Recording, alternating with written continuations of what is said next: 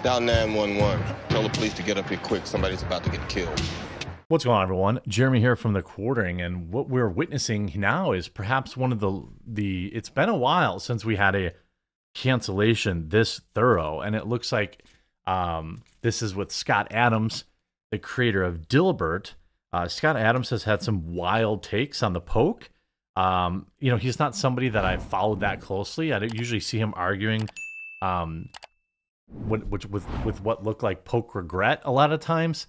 But, this is a case where I've got to come to the guy's defense. And Elon Musk has also come to his defense. And just breaking now, essentially he has been completely canceled because he had a non-Dilbert related book also get canceled. All this for referencing some statistics, some hate facts. And we're going to actually take a look at those facts, what he said, how he got here, and kind of break it down, because this is a pretty complex machine that always works extremely well, apparently. Also, this video sponsored by MetaPCs.com. Link in the description. Promo code The Quartering to save. It's a veteran-owned company. It's the computer I use. It's the computer my family uses. They do custom builds. My actual computer is right here, Jeremy's Ultimate Build. This is the one I'm working on right now. Obviously, you can get a wide variety. I put together this good, better, best ultimate build for them, but you can also do custom. You can do laptops, and they're a company that has stuck by me through thick and thin, especially when people tried canceling me for opinions I don't like. So not only do they have an amazing computer, but they're a great company. Promo code The Quartering, link in the description when you're ready.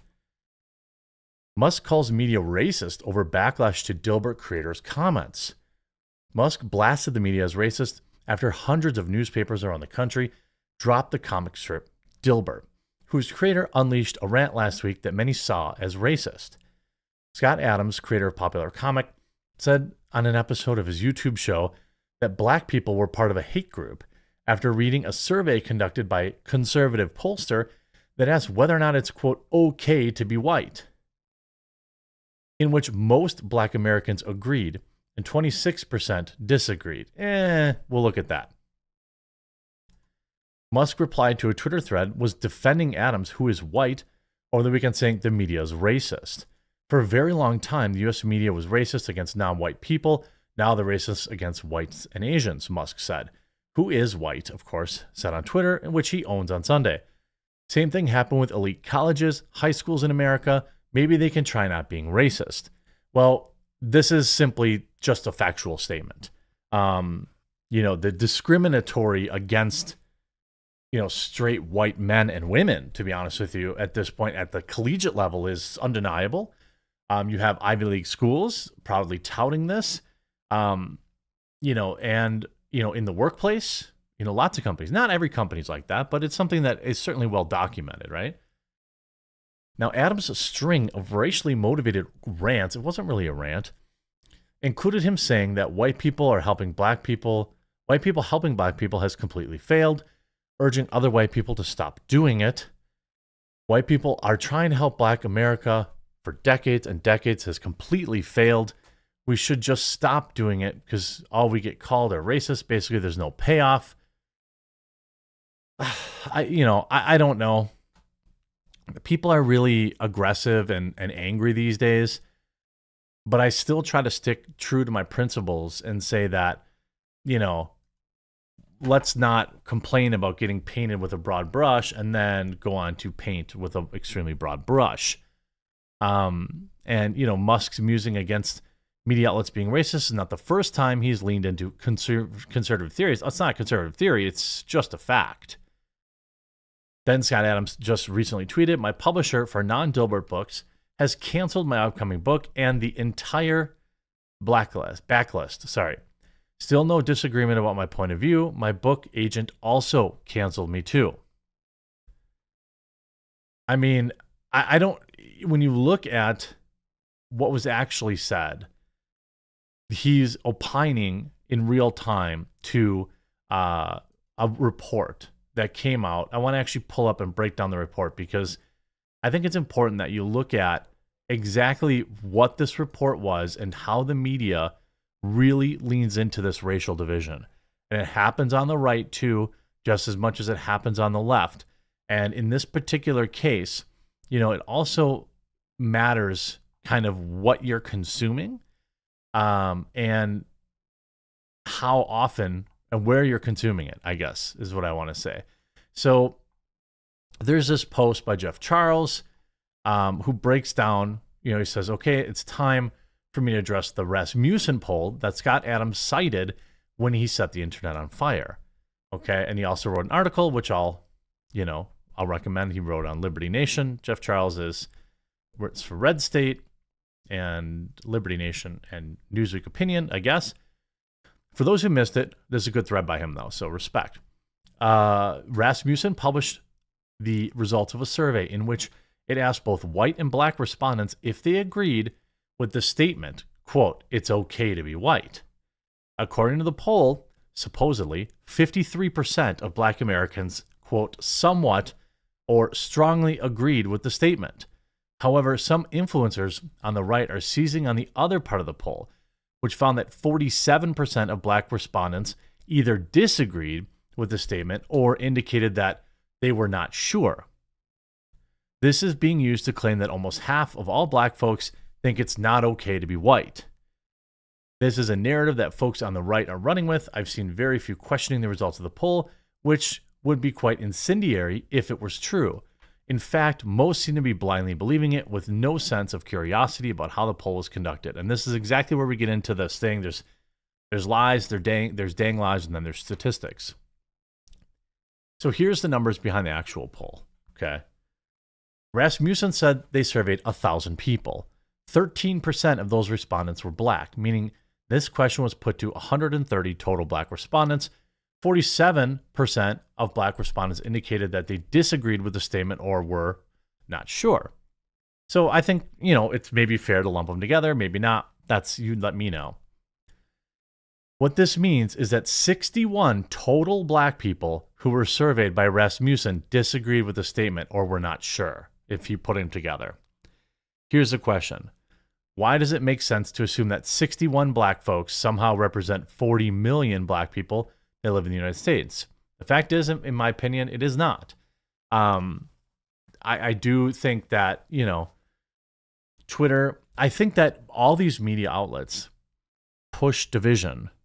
The right does it, and so does the left. And it's like race relations have never been worse than they are right now. Well, I mean, I suppose during slavery and Jim Crow era, it was, but it's just like, in my lifetime, I'll say, they've never been worse. And why? The reason is that it is a grift. The race grift is extremely popular. You whip people up into believing this stuff. And sure, there are black people out there that are racist. I don't buy into the whole, black people can't be racist. Of course they can. And there are white people too. But this poll, of course, was set up to imply that some huge chunk of black Americans, are now fact-based, saying that they don't, they don't think it's okay or whatever. The reality is it doesn't. No rational person would assume that 61 people could ever represent or even be an accurate representation of all or even most black Americans. So the idea that black people are a hate group is absurd on its face. This isn't a knock at Scott Adams. When I saw his first video, I knew what he was doing because I've listened to him for quite a while, and I know he wouldn't blindly fall for a poll. He was being provocative to make a point that you can either disagree or agree with. And he goes on to, say, yesterday I posted a tweet saying that people who are deeply invested in keeping us divided by race, by class, divided by Team Red and Team Blue, they want tensions to exist as much as possible. And I 100% agree with that. I 100% agree with that. There are people on the right there are black folks that are racist. That's just a fact.